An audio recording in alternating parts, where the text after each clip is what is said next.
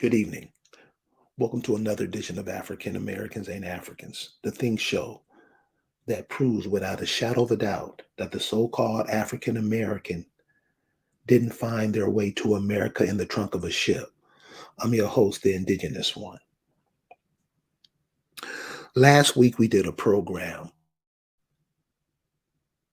about paper genocide, how through all the newspaper articles, news articles, documents that has been going around America since the 1600s, how they have constantly changed or try to change the identity of the indigenous people here.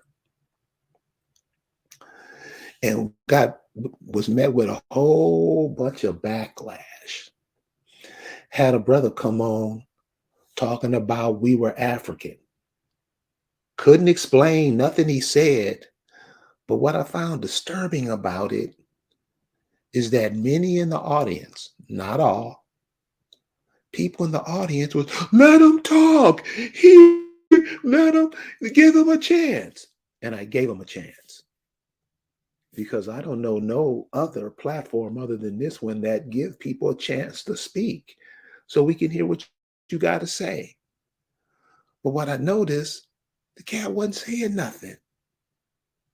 And I'm sure many of you saw that. After this cat, we had a sister come on and just toe it up. Couldn't explain herself. Wasn't what we were talking about. Listen, the sign on the door says African Americans ain't Africans. Why you would come and talk about Africa, I don't know. Because you're going to get it straight. And because you don't know it, that's not our fault. Everybody learn as much as you can. But it was something that was disturbing about it because these people had an audience within the audience. And I'm like, what is that? Finally got the answer.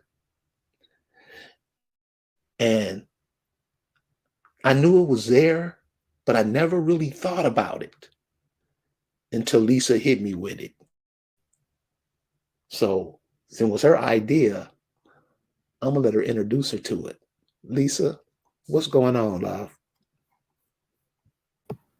Kalito. How you doing? Thank you for having me. Hello to the chat, the best chat in the land, the most critical thinking chat in the universe. Thank you, chat, for being you.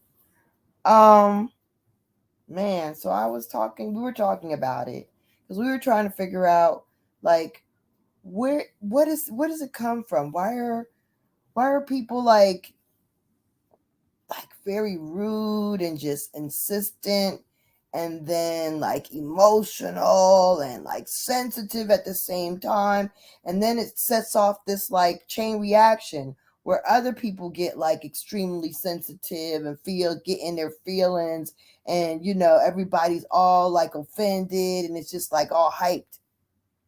And then I was like, oh, how old are these people? And I'm thinking, well, they're in their 30s to 40s. And then I was like, oh, what we don't realize every day in our life is that, we all like seem to be the same and, doing the same, and we're working, doing what we got to do, taking care of business, taking care of family, whatever, taking care of ourselves.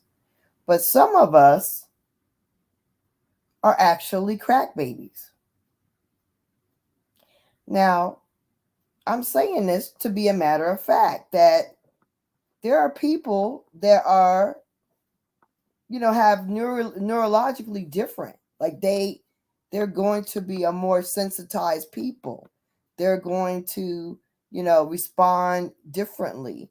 They're going to have different ways of handling things because of whatever happened neurologically to them.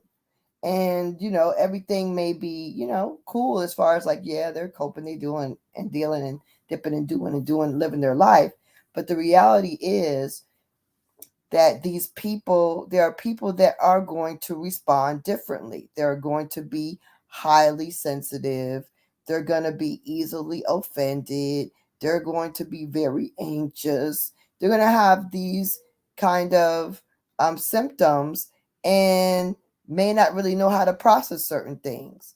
So like it seems like everybody's everybody, but then there's going to be a huge portion of us out in the world who actually are going to be different.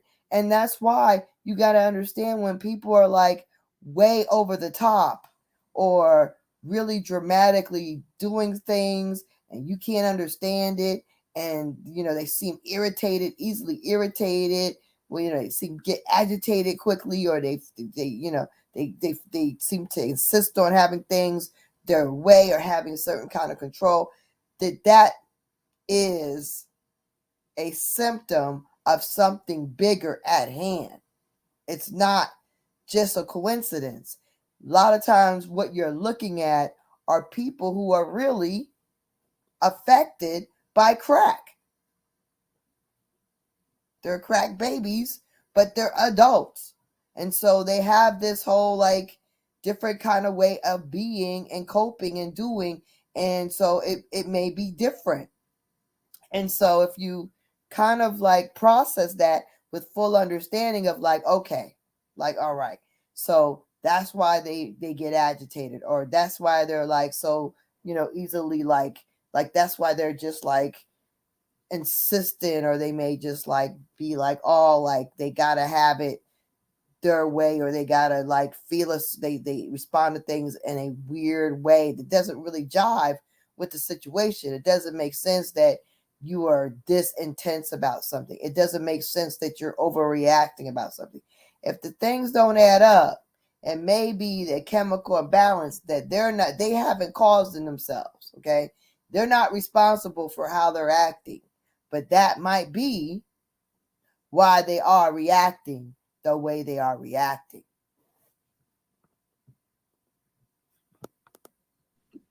Another thing that I noticed about that whole, because when you brought that up, I was like, damn, I never even thought of it like that. But this is the other thing about that. And this is another thing, we get to that attitude that you talk about. We get aggressive, we get mad and all that. This is a problem that we brought on upon ourselves.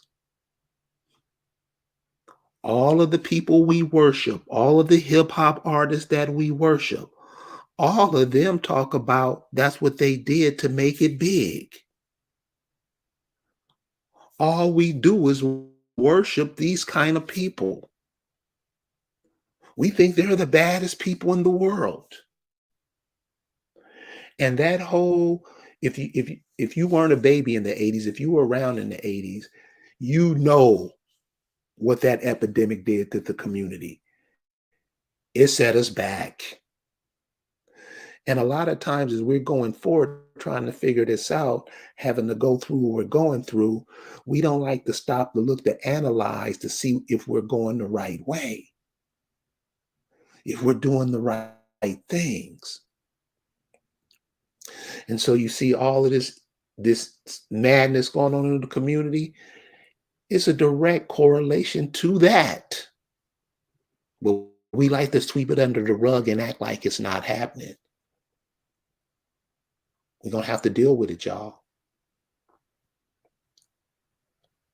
Yeah, we have to take responsibility for what has happened. Problems are strictly from cocaine exposure or a result of their early abuse. And that's been a problem for those who study drug-exposed infants as well. Many of these women are also using marijuana. Okay, many of these women are also smoking heavily, and smoking, cigarette smoking seems to have effects worse than we initially thought. And then you have other women doing other street drugs like cocaine and heroin.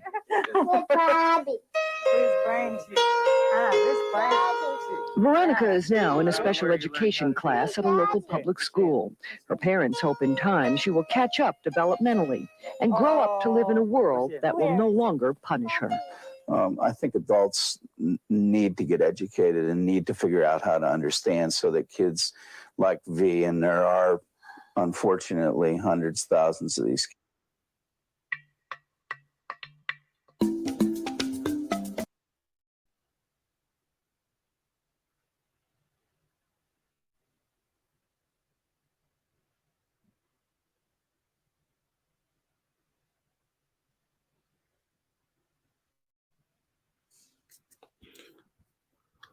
All things Brandy says, you know what else? Ritalin for ADHD. Do we know that long term, what that did long term? I understand if you're on Ritalin for more than a certain amount of years, they won't admit you. Okay, Lisa, you can go ahead. I just want to share that.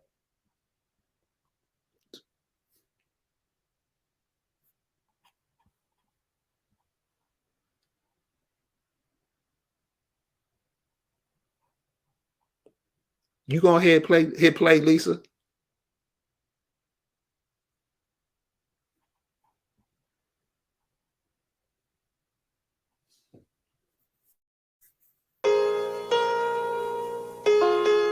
They're called crack babies, babies drug exposed before birth from mothers addicted to cocaine. It's been estimated more than 400,000 of these babies were born nationwide in the past 5 years, most of them premature, most of them with serious medical problems. But very little has been done to track their development. Many doctors are beginning to believe that once the trauma of the birth is past, that most drug-exposed babies can catch up.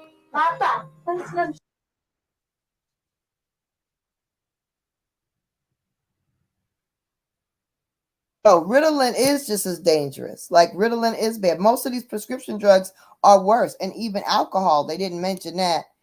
They mentioned smoking, but alcohol, fetal alcohol syndrome, is extremely damaging. You know, and so we got all these things going on, and then you wonder, why people act the way they do. A lot of people act the way they do, and it's like they can't cope because of things that's happened to them before they were even born, or they have a strange way of responding because of the drugs that they've been given. Um, that's just terrible. A 6-year-old with zombie out on written. I mean, these drugs are very, very, very, very strong. And a lot of these things are being given to our kids in lieu of just letting them be active, letting them play like they need to play, let them run around, run it off, be outside in the sun, be outside in the air. Can't come in until the lights, until it gets darker, until it starts to get, 6 o'clock or whatever. You have to stay out and play. Kids don't stay out and play. Kids are looking at their phones and their iPads and their different types of media stuff. So it's a whole different thing. And these kids, they need to move their bodies. That's a problem. And now we've got these folks that are adults, and they have a hard time coping. They have a hard time, knowing that, they're not really thinking of things clearly. They don't even see it in themselves, and they don't see it. They don't see that they are not actually computing things correctly. Okay. And then they want to get angry at everybody else. They want to be agitated. They want to be irritated, and when you see it, it's just like we need to recognize it for what it is. There are people that are walking around that have these issues, but if we don't understand what is behind it or what could potentially be behind the behavior, then we're not going to have a good fix on the situation. Okay. But we want to worship these people like New Jack City got to play out now. Now, why do we got to play for New Jack City? Didn't we have enough of New Jack City? That wasn't romantic. That time was not romantic. They want to make you think it's romantic because they want to get us on crack again. They want to get us on it again. Okay? That's how they want to destroy you. They want to destroy you by any means necessary. And if they can bring it back, they want to bring it back. But this is the thing. We can't be romanticizing the crack dealers. We can't romanticize the drug dealer. And that's what we do. That's our fault. That's our fault that we do that. That we want to romanticize the people that are destroying us, our own people destroying their own people, and we want to romanticize it. But why? But why are we doing that? That doesn't make any sense, and it's all our faults. We got to do better. You know, we romanticize the pimps in the 70s, romanticize the dead going drug dealers in the 90s, and we still are romanticizing it. And we got to cut that out. That has got to stop. Let's check this out for a real minute. I'll give y'all some A1 audio today. I got my headphones on my beats. You know that microphone's crystal clear. Crystal clear. It's crystals. And they're clear. Yeah. Anyways, man. I got a story, man. It's alright, you know. It'll do. It'll hold you over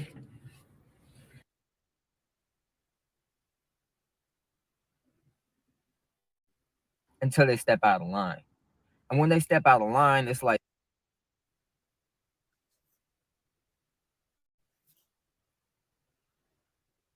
I'll give y'all some A1 audio today.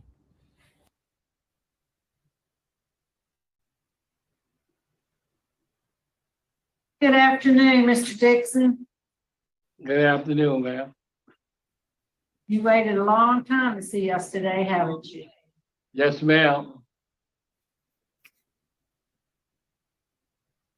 One thing about me, man, I ain't never liked motherfuckers who sell crack, you know what I'm saying? All you doing is bringing your people down for what, a piece of change? So basically, you're a sellout. If you're a crack dealer, you're a sellout, bro. Fuck you.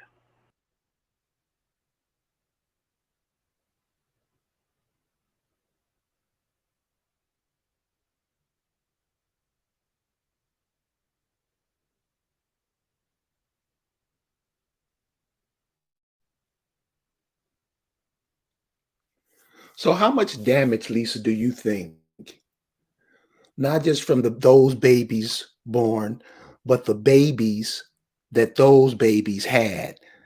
Do you think that reaches down that far? Even more so, the people that, that died, that were killed because of because of the wars and the competition on the streets, and the gangs that were initiated into different cities, that they didn't have gangs in New York. There were no gangs in New York prior to the 80s. Okay, there were no gangs were not a thing. So, it introduced a lot of things into areas that there weren't. Okay, little towns in Mississippi, Alabama, Virginia, Georgia, that didn't have all that stuff going on. It introduced it to our community.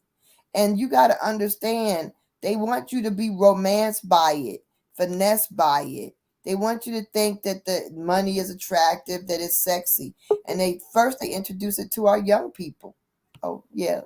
Welcome to the show.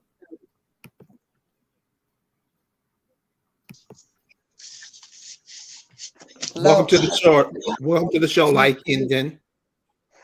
Good evening. Can you hear me? Yes. Yeah. Okay, lovely. First of all, I'm called Little Indian Hummingbird. I'm a Jamaican, but I just wanted to say two things and to make a request. One, thank you so much for sharing your content. Your content means so much to a lot of us who are operating in what I would call post-war occupation, where our identity is so obscured, and if it's not for connecting with our elders, we don't really have any clue as to who we are. Um, I want to encourage everybody to talk to their elders. Don't take it for granted that they are here now. Don't wait until they are gone to give them their flowers. Be active in their lives. Listen to their stories. Ask them questions, and you will find out who you are. Um, the second thing I wanted to say is I'm just now finding out that there are so many Virginia Indians in Jamaica. I had no idea. It's not taught in our history. It's information I found out along the way. And the thing that confirmed it for me is the phrases that my mom would say to me that her great grand aunt, which would be my great great grand aunt, would say, and these were Choctaw or Shatta phrases, and they are only known in some areas in Jamaica, in Saint Elizabeth in particular. And my request is, if you have any information about what took place as it relates to Jamaica, the American Indians that were exiled to Jamaica, if there are any books that you know of that could shed light on this information, I would greatly appreciate it. There's a teacher down in Jamaica's teaching about the Jamaican Indians. I ran across him about 5 years ago, and he just gives it to you straight. We act like this part of the world, like the people weren't traveling back and forth, seeing each other, and all this stuff, and that was definitely happening. So there's people in Jamaica, they're teaching it. They on top of game. All you have to do, whatever I would say, ask the students in Jamaica, because I think the brother down there is teaching it. He's teaching it at one of the universities in Jamaica. He teaches about the Indians of Jamaica. I don't Other even know thing, It his name. teaches about the the other Taino, I'm hour, sorry. the Taino, and so he teaches about the Taino and the Arawaks. But I wanted to know the some Caribs. yes, and the Caribs and so on. But I wanted to know more in particular about like the different waves of American Indians that came here. Because some of the readings I've come across says the Pequots came here, and then if you look at, okay, so I don't know much about American history. I'm only Right. recently getting into it, and I'm realizing that in 1831 there was the Nat Turner Rebellion, and that Nat Turner was a Baptist preacher. But one of our national heroes in Jamaica is Samuel Sharp, and his rebellion, he was also a Baptist preacher, and his rebellion was also in 1831. And I'm realizing that not only does Samuel Sharp look like my grand aunt, but you don't have a lot of people who look like him.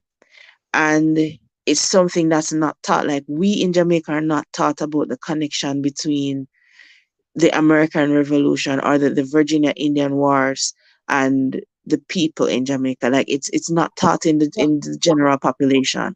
Well, trust and believe, Virginia is like they are the worst at trying to hide everything and lying about everything. But yeah, I actually was looking at that too. The coincidence of the same year and the same, kind of mystique about these Indians. Because Nat Turner, you might not be aware, but I don't call that. I call it the Indian War. Okay, I call the Nat Turner not an uprising, but the Indian War.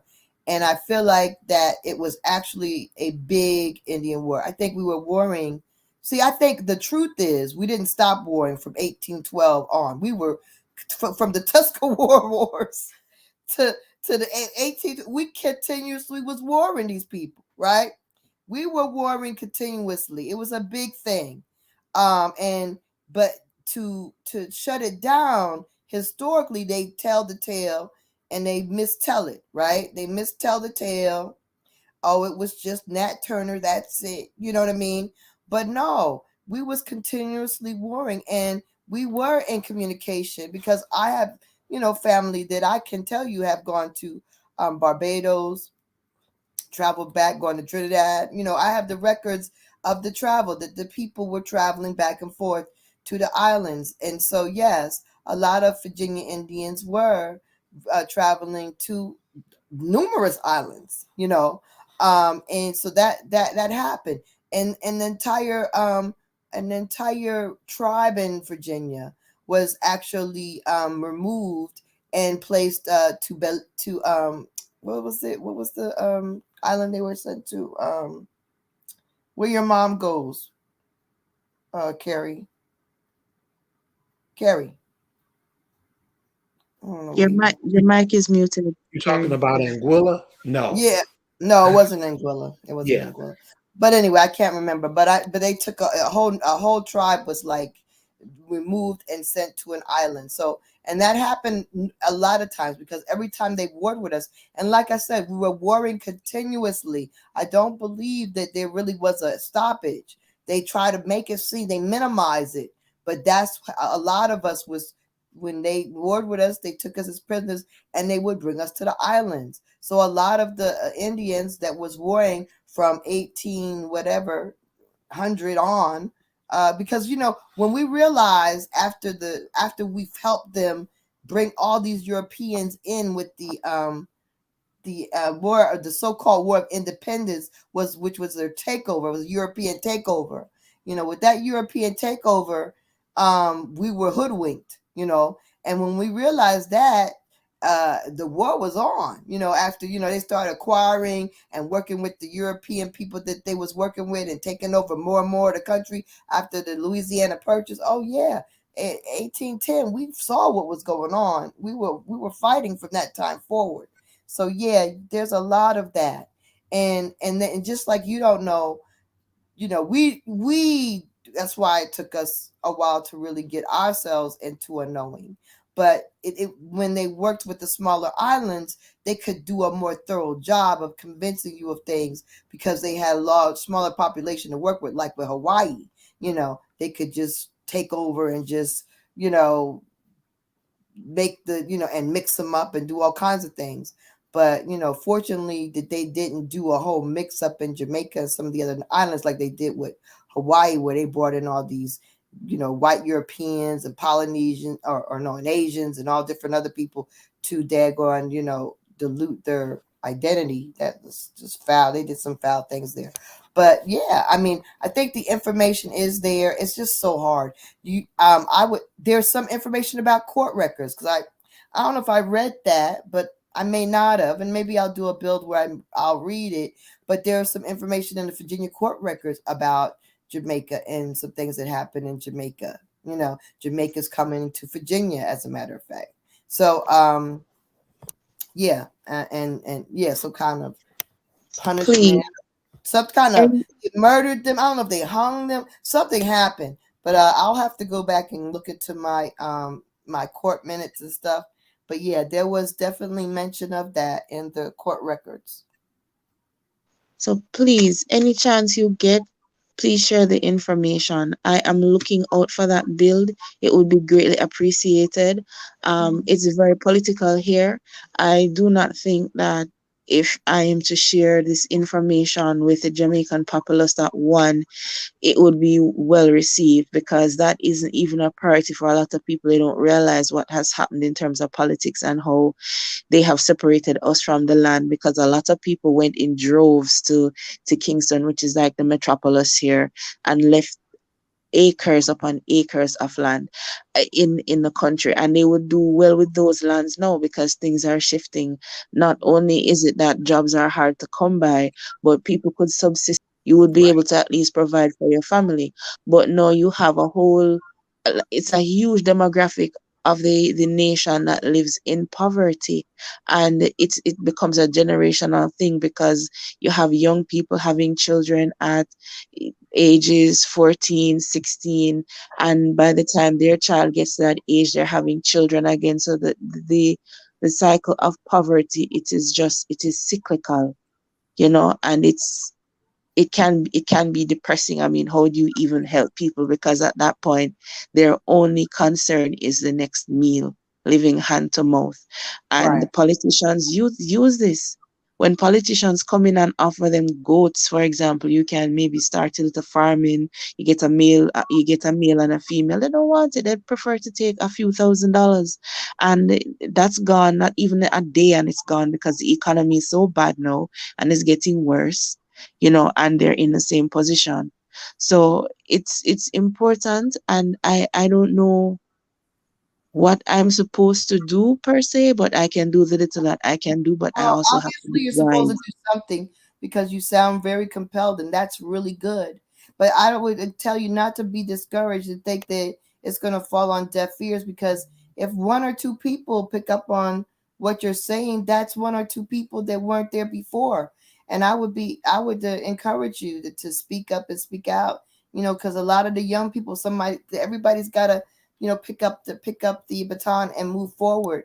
Because yeah, they're gonna shut you down. And truth be told, like, although people come to the United States and they think, oh yeah, this is great, great, they got it good, but our own people, my people in Virginia, are in abject poverty. I have people in abject poverty in Virginia, where I'm from. People are not doing well. People are downtrodden. People are suffering. They're pushing drugs in these little rural communities. People don't have the skills they used to have. They can't even get to the water to fish. It's crazy. You live on a peninsula, but you can't even fish.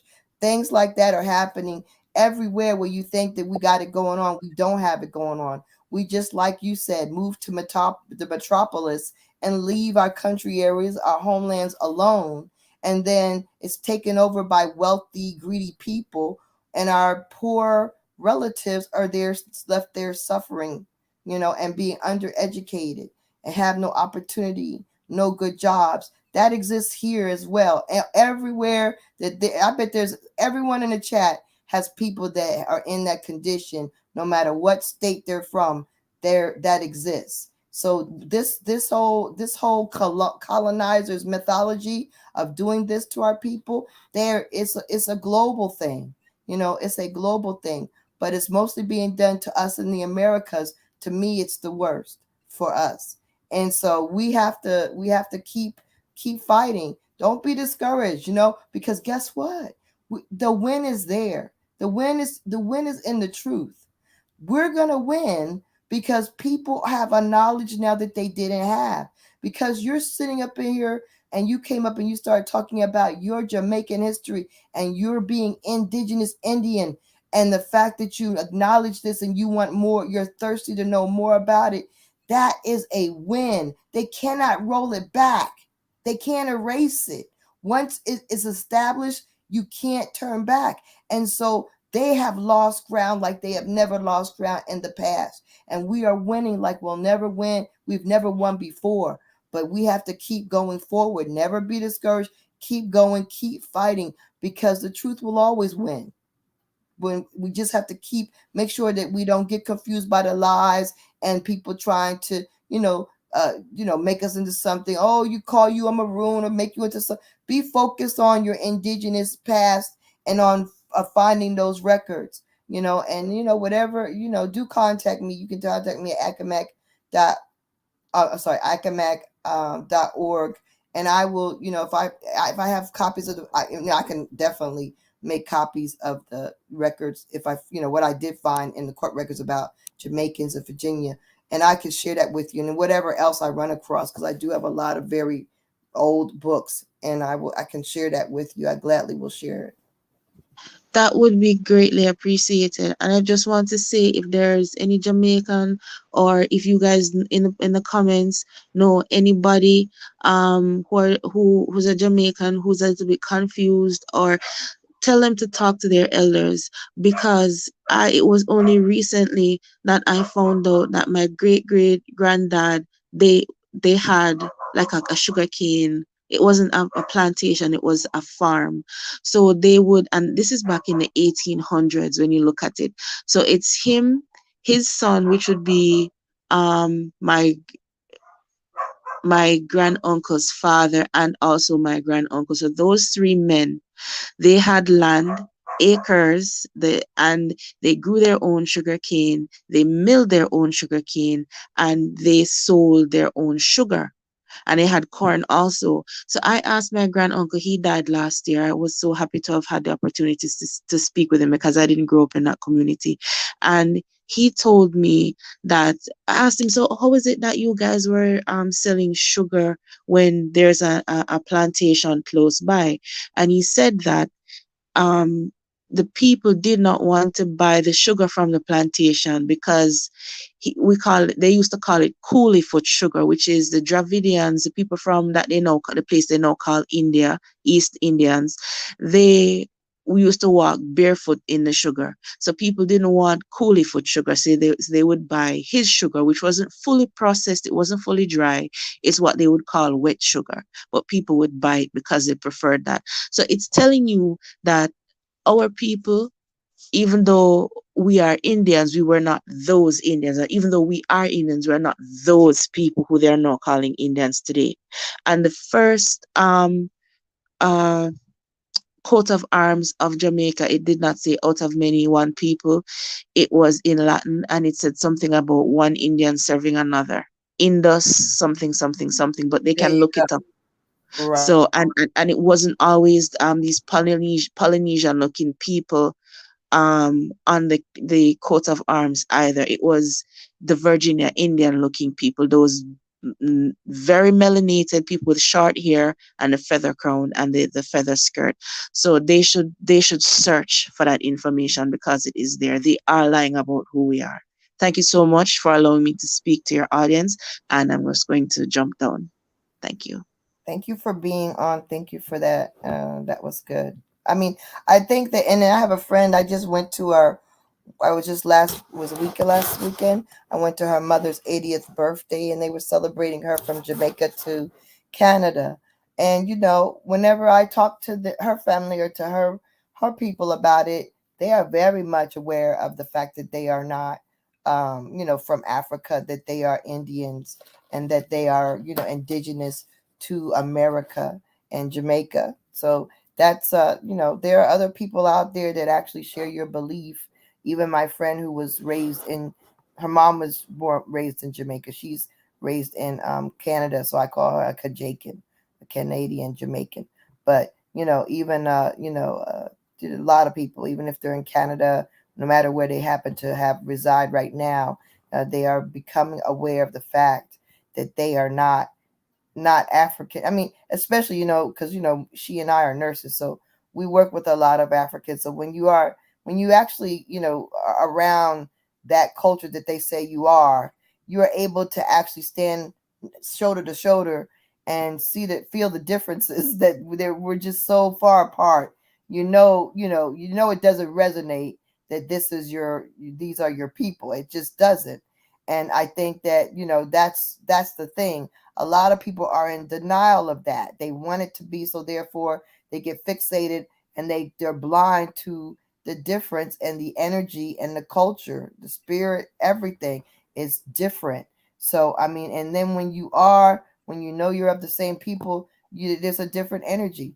Now, we know that Jamaica's a little different, but we always feel comfortable around each other. We're off what we always, Americas, we always feel a kinship. We're more likely to get together. You could work with a lot of people will work with Africans and never get, even if you're of a different tribe. It's very tribal. So even if you are in Ghana and you're of a different people than another people, they may not mix, man. You on a different level. Like, y'all ain't gonna mix, so that's not a given, let alone having them actually mix with Indians. So all this idea of Africans mixing with American Indians is so crazy, because it doesn't happen like that.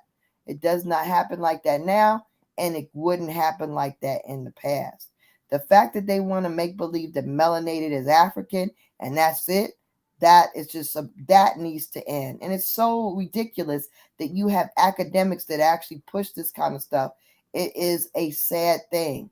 And so, but don't worry, because the academics hear us, and they are trying to respond to the fact that we are talking about things about being Indian, and now they have to adjust their talking point.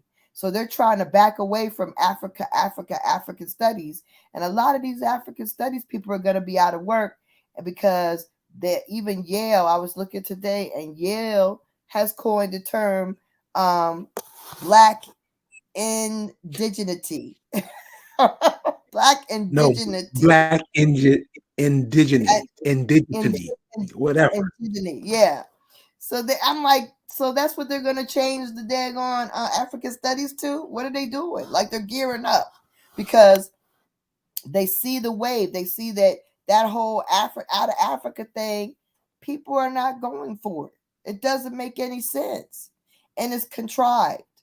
And so they've done this whole video where they go into lengths about talking about Native Americans. They use that terminology, and blacks, or I think they're using the term blacks. They use African Americans interchangeably, and then they make some statements as to say that the Indians were called Negroes, and then they back away from it and try to make them into two separate different things and make the Negroes into Africans. So they're all over the place with it, but they're trying to they're trying to control or at least try to be somewhere in the narrative of what is actually being spoken out in these streets. So be on the lookout for this new phraseology that they keep coming out with every day. Maroons, Black, Indigenous, all this stuff to try to put us into a category because they don't. Hey Jay, thank you. Is Jay in the? Did you get him? Oh, I'll get him in there. Oh, I tried to. Why can't I add Jay? He's in there. He was in there. But I tried to add him to the stream. Is he in? He's not. He's in. Hey, Okay. Jay, what's going on?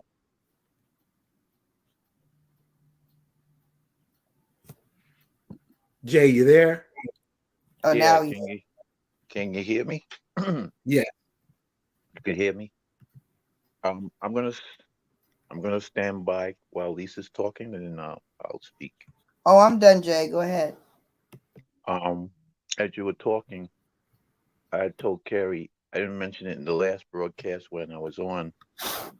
I was talking to a former coworker, and he told me he came across an African. I don't know what country he's from, and he told me that this African couldn't find a place where to get the COVID shot.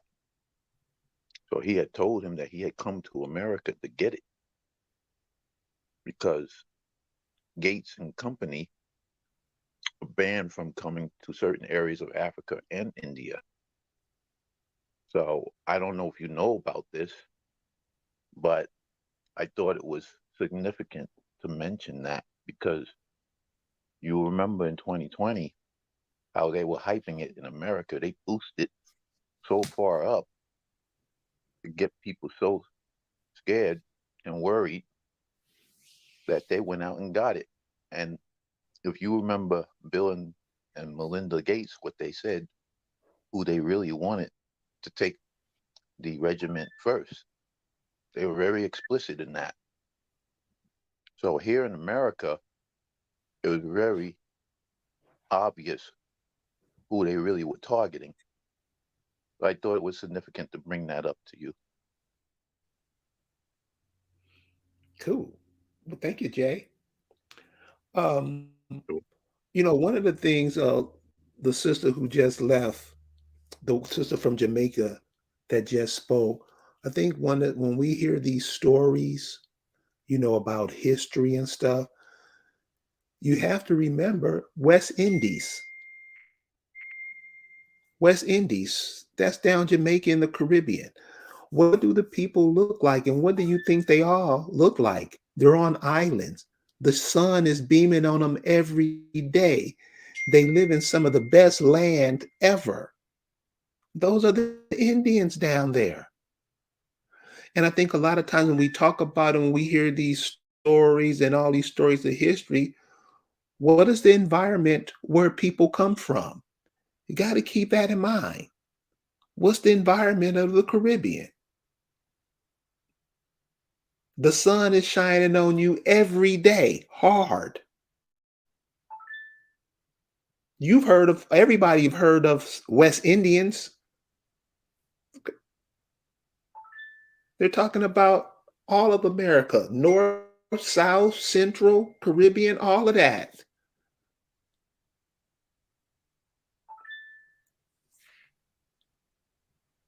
So Yeah, it'll can I be just it'll add be something? wise. It'll be wise if we keep that in mind when thinking about ourselves.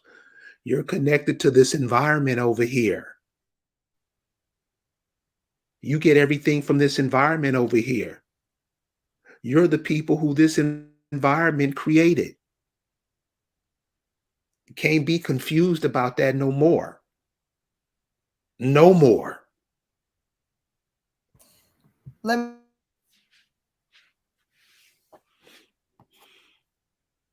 You're breaking up, Lisa. like Hummingbird was saying, and how she was, how she's being led by the elders, and we all need to, we need to catch them. We got to catch them because they're going. They hanging in there for us, but we're losing them, and because it's just a matter of time. So we got to get and connect with them as much as we can, and gather up their wisdom, collect it. But the reality, like she said, it's amazing that she is making these connections. It's important, and yes, we need to reach out and help our brothers and sisters in Jamaica, kind of make their connections so they can do their thing too. We all need to be doing this at the same time. I just saw a text from one of the Accomack brothers. He's been slow to kind of get going, right? But the funny thing is, a brother who came as a spy, because people come as interlopers. I don't know. That's what happens when you get organized. People will come to just be like spy and to kind of signify about what you're doing. Because he was educated in the HBCUs and a part of all this stuff, fraternal stuff. And so in his mindset, I probably was some kind of weirdo doing whatever Indian stuff that probably didn't make any sense. But you could see when he attended the summits that his mind was being changed as he started to listen and learn from the stuff that we were talking about. And when he got to walk around on our indigenous land and see the waterfronts and see the just and see the graves and the and be in the woods with us and walk around. I mean, you could see his eyes start to light up. You could see that it was like he was actually, I mean, I don't know any way to put it. It's like he was having an outer body almost experience with this, with enlightening that he was feeling, experiencing with his identity, right? So come to find out that he actually grew up with another one of our Accomack people that they didn't know that they were both at all connected to the same homeland, let alone the same Indians. They went to the same private school. They lived in the same areas. They knew each other all the way through adulthood and did not know that they had this connection where their families migrated to the same place area in New Jersey and set each one to the same private school, and they have this connection. And then more recently, he just texted me and said that they ran into each other at the airport. And they said the ancestors must be trying to get us together. I said, yeah, they trying to show you that you're supposed to be moving. You're supposed to be activated. You're supposed to be doing what you need to do. You have gifts that you need to be utilizing for your people. And that's why y'all ran each other at the airport. You know what I'm saying? So I'm like, this is crazy. One of them ran into daggone Carrie at a restaurant. You see, these things. This is how the answers are very, very active now. They are very, very active. They can make things happen and they will make things happen for you. You just got to listen to the conviction in your heart. So, yeah, she came on to talk about it because she was meant to talk about that. She is feeling like she needs to know more about her people because she's meant to know more about her people. And that's the way it happens. You are tapped on the shoulder and you just need to obey. Just obey and everything will flow. Everything will flow. And yeah, the ancestors are connecting us up. They're giving us the information we need. They're making things possible. And there's nothing that can deter it. It's happening. It's in action. And they don't really know it like they need to know it. But it don't matter whether they know it or not because it's happening. I close my mic. And keep in mind too, all of us sooner or later are going to be in with those ancestors. So keep getting that information from them because they're not going to lead you in the wrong direction. Jay Smith, you had something else? I have to remember it again. Okay. So what we were talking about earlier before is these babies that were born in the 80s. Now there's a significant number of them in the community, and we can't avoid it and act like it's not there because it's there. I mean, if with the takeover of this social media, you know how we're portrayed on social media, way worse than the mainstream media. But And again, go ahead. but we do that to ourselves as well. We put ourselves out there looking Right, crazy. You know what I mean? And you know right, what? We used to have we're way more conservative than our colonizers, right? As a culture, we're very conservative, and we have a sophistication about ourselves, and we have a modesty about ourselves that is inherent in us as the Indians that we are. And so we need to also roll back to that. That's natural, you know. It's the media that's telling these kids, oh, you can be a them or do a they, or it's the media that's giving our kids this wide playground of morals. It's not even natural to the children. Really, it's not. The kids need and want to have barriers. They want you to have they want to have guidelines. We as a people, that's why we tend to be so attracted to religion, because we seek to be in a environment that has some guidelines for us. We seek to be the best versions of ourselves. That's how we are as a people. That's our nature. We want to do what's right. We want to do what's best. And so that's why we get so attracted to these daggone shiesty religions, because in our efforts to be the best people that we are, which is in our nature, we believe that these organizations are going to give us that structure, but they're just out for money, and they're out to manipulate and control and divide us. They're not really there to give us the sustenance that we are really seeking. And that sustenance used to be in our nations. But that's why we have to build back better. We got to recreate what used to be there from our elders and from our communities, which are our families, our nations. So we have to build back that sense of that whole thing of we have standards, and we have certain daggone ways of doing things, and we have our own spirituality, and we have our faith that we follow. See, we have to build that back better, but it's in us. It's in us to do that, and everyone has a role to play in building and the reconstruction of our people and our nations. A lot of inner work is necessary too. That's the most important, because you can't do anything that's going to prosper if you're not working on a deeper level on yourself. And I see that that's the most important in these times, especially because we're entering into a different age, and a lot of the influences that stir up things in our world. It's interesting you mentioned war, um, Lisa, because all the things that this broadcast is about, they were actually war measures. The United States is always in a constant state of war. Um, Even the police departments, they're really military, but they call it by a different name. A lot of people would have to agree when you consider it has a ranking system identical to the military.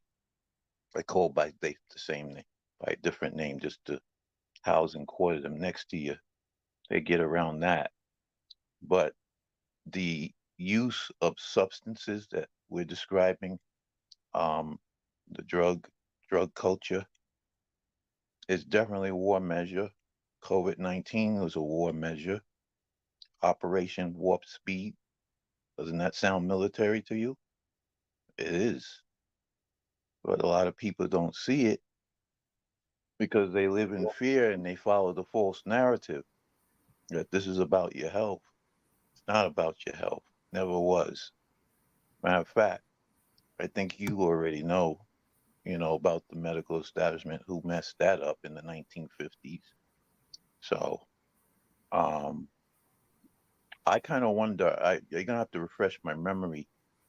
When did the crack epidemic really get its boost or start?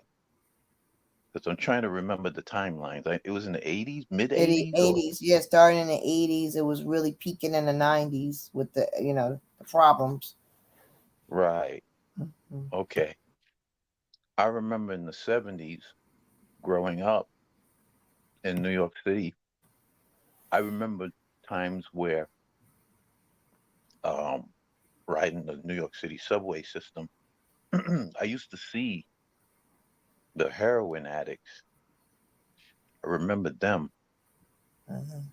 I also remember Vietnam vets coming back, and sometimes I would see some with their legs missing. Mhm. I used to see that. I recall. Now they got what they call prosthetics. Now you can't even see from the various Yeah, yeah, wars. really good prosthetics. Right. So Mhm. always a constant state of war. Always in despair. Oh, here's what I really wanted to say. We need to stop calling ourselves rebels or being in rebellion or participating in rebellion. The forces of evil are always in rebellion. So we need to at least be firm on knowing the difference. Well, we don't even need to be that because we're not. We don't have to. It almost that it almost sounds like you're subjugated if you're doing something like that. But we're not really subjugated. We what we were was we were just misinformed. Really, we were miseducated, but we're not subjugated. We always are succeeding, rising above, painting outside the lines. We always thrive, but at this time that we are in a full knowledge of things, or coming to be in full knowledge of things, this is when we actually can really rise to the level that we're supposed to be. And what we're really doing is, like I said, we're repatriating, and we are going to resolve and get restoration of what we've lost. That's all it is. And there's nothing more that needs to be done than that. And there's nothing complicated about the process. The process is just to let the truth out, which they are very desperately trying to hide. The more the people that know the truth, the more people that are actually aware of it, the more we actually know the truth of who we are. Like, we have know who our ancestors are. We know who we are as a people. We know what nations or names we come from. We start learning the language of our people. That's when things are really going to take action and take hold. So that's the name of this game. We don't have to be anything other than the people that we are, repatriate the people that we are. We don't have to do anything more than learn about our own genealogy, talk to our elders, get to know the truth about our own history, get to know more about our own homeland, get to know more about our own plants and animals and trees, get to know more about the nature that we used to be so familiar with: plants, wildlife, animal life, everything, bugs, everything, the natural herbs. We need to be more familiar and connect with our actual history and who we are as a people. And the knowledge of this is going to empower us to retain and restore what we have been what has been taken from us. That's it. And there's no more powerful thing that you can be on the planet than the actual original people that you are. There is nothing else. They could throw any other name at you that sounds cute.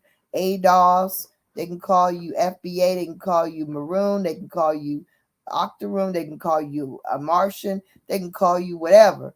But none of that can replace the actual name of your actual people. That's what's going to make the ancestors happy, and it makes them happy for you to even read their names. to actually research them and say their names out loud. Oh, that's Sally. Okay, Sally. This is making them happy. This is how they're able to help you by you acknowledging them, and then they give you downloads of information of what you need to be doing. They'll give you downloads of information, and you're like, how did I think of that? I don't even know, because that it ain't even you. It's God and your ancestors working in unison to move you forward. It's like we brought up before. Sometimes you just have to listen. And that's one of the things that, ever since we ran to the cities and got out of nature, we stopped listening. So if you listen to a lot of people who watch a lot of TV, the TV is always blaring. We got to listen to what we think we can't hear. We got to listen. So when you go back and you start reading these stories, these indigenous stories, what you'll find out is when these people are coming over and they're explaining the indigenous women, one of the things that they all say is that the women had beautiful voices. When they spoke, it was like they were singing. This was all the women. They were able to communicate like that is because they listened, not listen to nobody in particular, just listen to the environment they were in. The earth makes sounds. We have to stop and listen to them and stop thinking that we just know everything, because we don't. I know I don't. We have to listen to what's being said to us. And like Lisa brought up earlier, those ancestors, those spirits are still right here in our midst.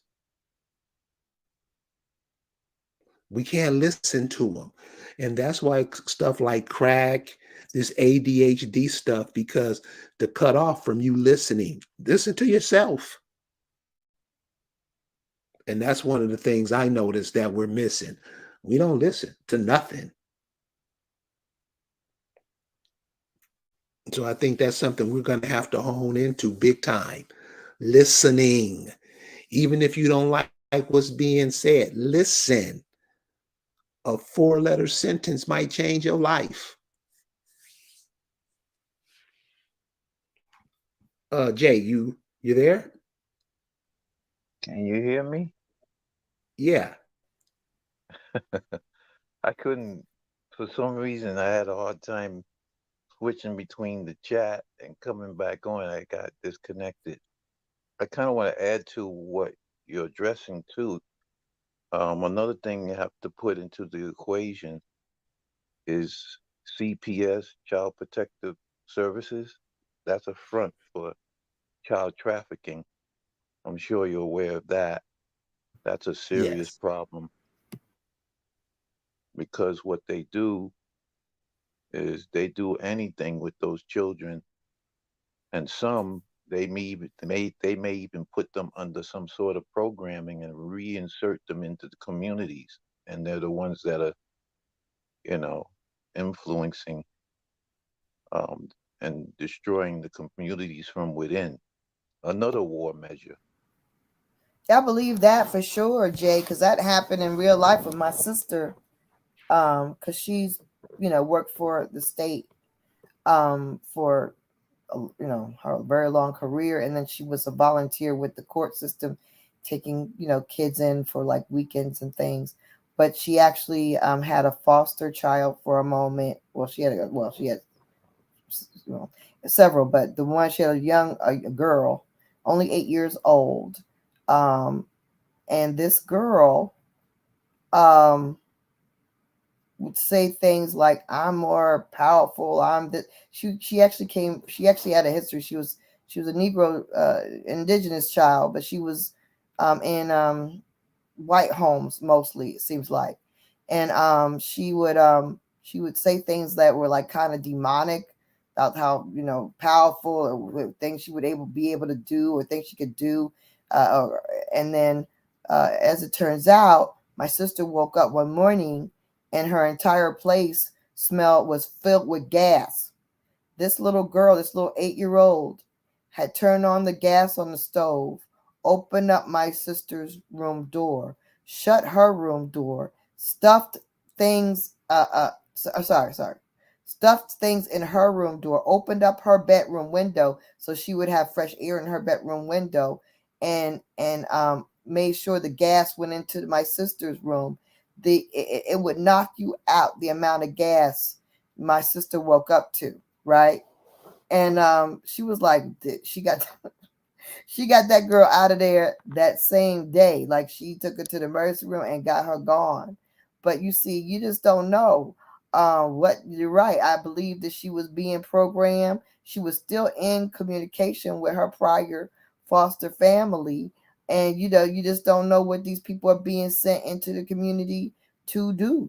They kill you, do whatever. So that's the thing. So yeah, I believe that these children are being evil things are being done to these children, and these children are being turned into evil vessels. To be reinserted in our community and wreak havoc. The same way they did when they took us, our Indian children, from the time of John Smith and daggone Christopher or whatever. The fact that they would take our young children, bring them back to their European whatever, do whatever they do to them, pollute them, make them into spies and murderers, and then send them back to America, to the Americas, to come amongst us and wreak havoc to us. That happened. That happened over and over again, right? So the same thing is being done, I believe. Close my You mic. know, you know that island? It's referred to as the Andaman Islands in the Indian Ocean. They call it North Sentinelese Island. You heard of it? No, I haven't. Tell me about it. Yeah, North Sentinelese Island is that location. This is probably ring a bell. That's the location where this supposed missionary went to that island thinking that he's gonna win those people to Christ. Oh, And yeah, yeah, yeah, yeah. they shot him up full of holes because see, even the Indian government said that that island's off limits because those people they will defend that island. If you get shipwrecked, you're screwed if you think you're gonna make it to that island because they will try to kill you. Now, some people might be thinking that they're hostile for nothing, but they don't realize I read up on that island. There were some, I guess, British explorers, I don't remember the year, but they came to that island. They made contact with them, but they did exactly what you're describing. They took some of them. So they're not like that for nothing. They have a reason to be that way. So I just thought I would bring that to your attention because this activity of abducting children, never mind extraterrestrial and all that stuff about, abductions relating to that. There are people doing that shit too. So, and the biggest front is these child protective services. They're really fronts for that, for trafficking. And then the prison systems for human trafficking. So I can add to it even more with that. Anyway, I'll end with that. You can roll. Go ahead and keep rolling. Yeah, I'm pretty good with that. That's all I wanted to say. But I appreciate what you're presenting. These are issues. These are valid issues, and they need to be brought to the forefront. And people really have to actually become at least more aware and try to steer your way away from too many distractions. Do the inner work on yourself, and don't try to get caught up because see, from what I heard from warnings from other sources. There's going to be situations where you're probably not going to want to be around certain uh, amounts of people because they're going to start acting out. and you don't want to bring your frequency down in such situations like that. Uh, yes, it's true. Damage has been done to people. There are people suffering from trauma, whether it be by way of from the time they're childhood stages, developmental stages, or through war and whatever other means. Um, it's going to be very difficult for people that has had, you know, suffered from such situations. Not that it's it's not undoable, but it takes a lot in order for a person that's been subjected to certain types of rigid controls. Mind control, even though it's basically information control in its most um, simple form, the rigid control of mind control involves ritualistic abuse from childhood and mind programming to turn that young individual into a literal monster, literally. Those projects are real. They do exist. From what I understand, there within the populations, you have a huge number of people that's had that kind of programming. And I didn't think it was possible. I think I might have mentioned it in one of Kerry's broadcasts before. They could literally cause a being to actually walk around, in essence, like a soulless being, literally. Because the soul moves to a higher resonance once they go through that ritual, and it's almost like they don't have access to it. So what the soul does, it records the events as the person's actually doing them. So these types of beings are good. They're trained to be good perpetrators. They could merge within your community, and you would never suspect it up front by looking at them. It would take time for you to recognize it, unless you could see energies, and then you would pick up on it right away. But yeah, they're walking around, they're doing all kinds of stuff, and you gotta be aware of that. Okay. But you can be aware of it, but you can tell by the things they do where they're coming from, though, right? Yeah, By their actions. you have to have at least some history, depending on where you are, to be able to tell that you're dealing with someone that's, had issues going on that may relate to that. But you see them in like celebrities mainly. You'll see certain activities that they engage in, but you'd have to like be in like outside the mainstream to know about it. You wouldn't know about it just watching. Let's say a movie star, they're acting. You don't know Right. who they are in their private life. You're thinking what you're seeing publicly in TV shows and movies that's them. You remember Beyonce? She once even said that when she's up there entertaining, it's not her. She gave reference to some entity that drives her performance. And so everybody loves that, though, right? Yeah, that's the way we think that's cool. But yeah, I mean, also, I think it's just important that we just sharpen our ability to discern. We we kind of have this thing, um, this attention deficit where we just like we can only look at something for a few minutes. Um, we can't really pay attention. We got to pay attention. Discernment is important. And so we have to discern and be discerning and look at these people and feel, not just look, but feel the energy. You have to feel the energy that they're giving off. And also think about what you are hearing and what people are saying and why. And that's all important. So actually yes, Sasha Fierce, but actually exercising your ability to discern the energy, discern the vibe, discern the person, and not just be, mystified by either how good they sound or how good they look or what they're saying or whatever, cadence they're speaking in.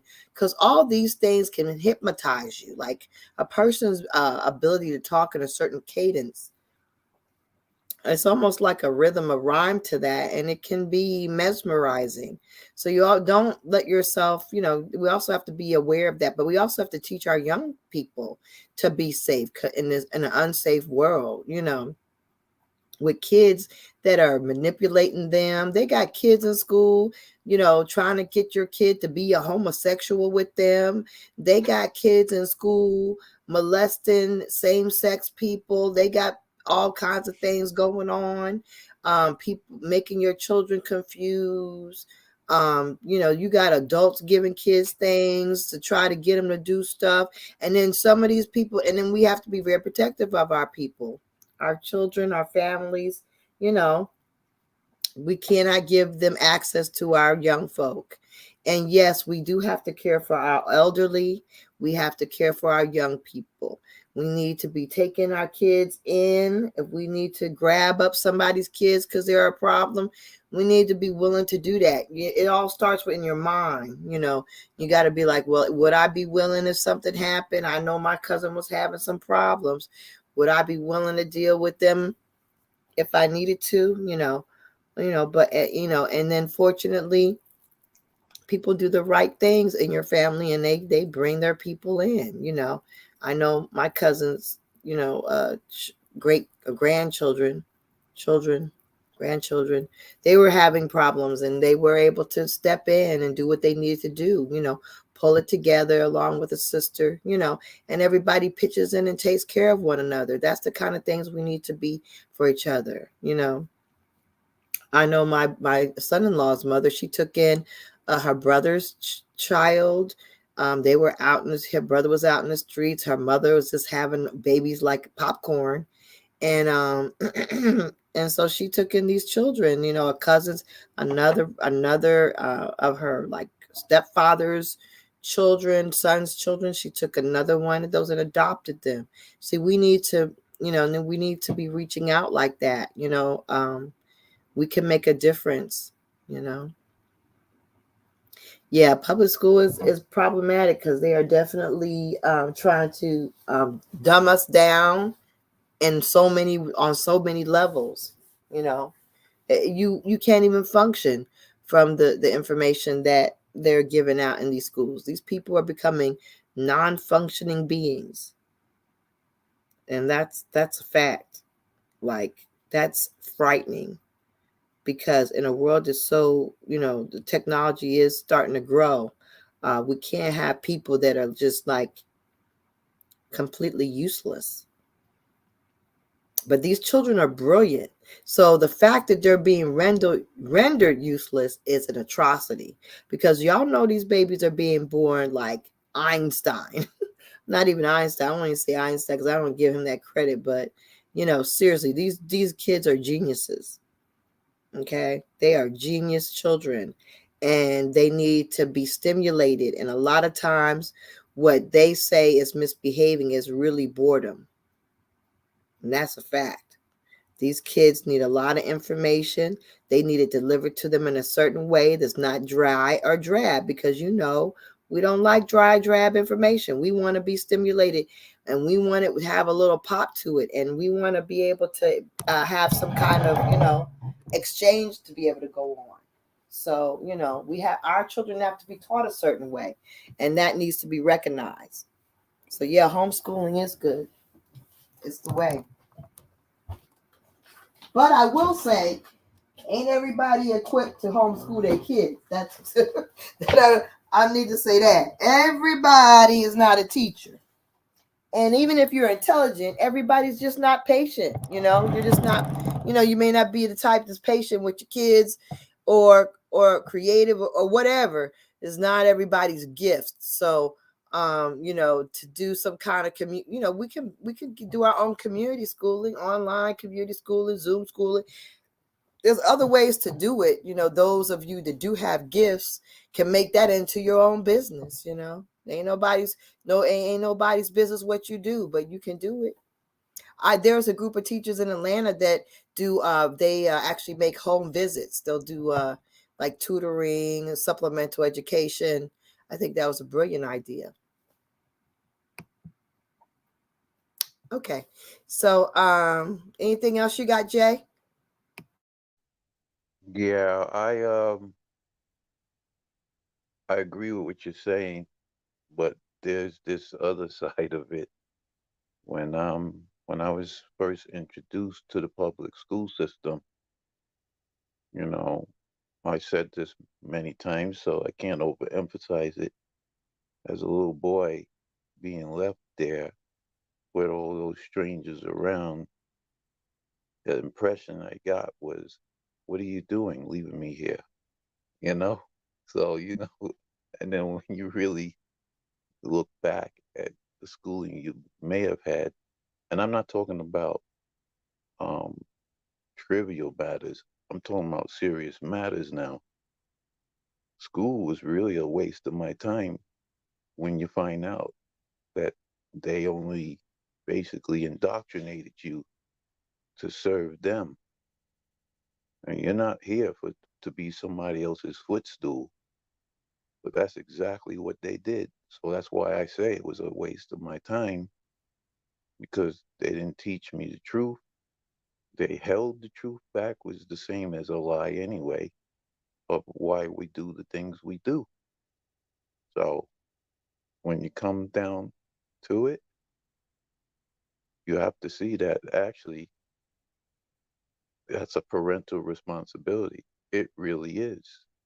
I mean, you don't send a tiger cub to be raised by lions, because see, those two cats, even though they're big, they have different abilities and they function differently. You know, you don't send somebody over to being raised by a culture slash species that's not of yours.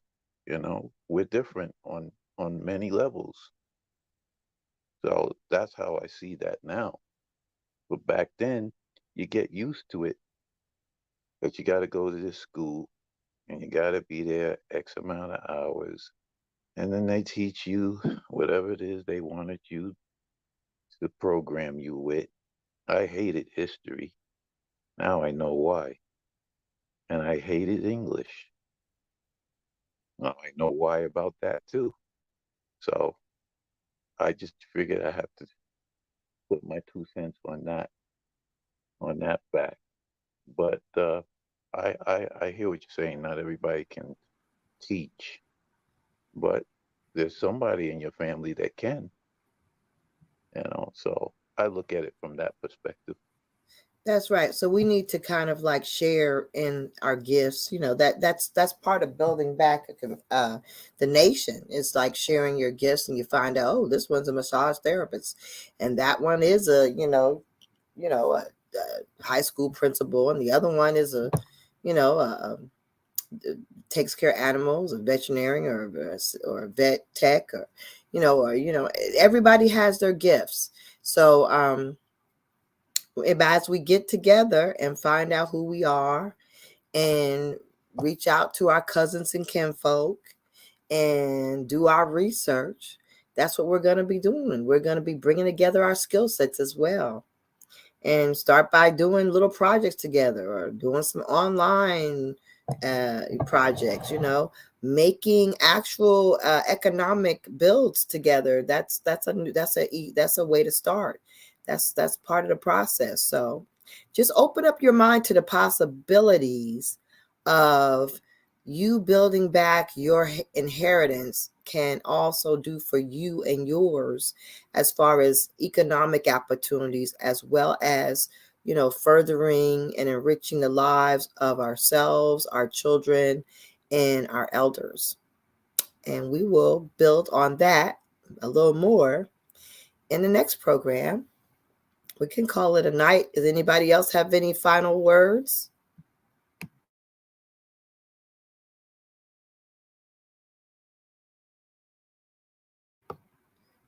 Carrie, are you there? You got anything? Jay, any final words? Yeah, I saw in the chat. He says you can close it out anytime you feel like it. I'm pretty done. Thanks for having me. All right. Okay. I love it that we can get together like this, and I hopefully we'll get together again later in the week. So anybody, yeah, just keep doing what you're doing. Keep moving like you're moving. You're here for a reason. We're so glad you were here with us today. Don't forget to make a comment. Don't forget to hit the like and share. We appreciate you being the most critically thinking chat on in the planet. Thank you so much for joining us tonight. Good night, everyone.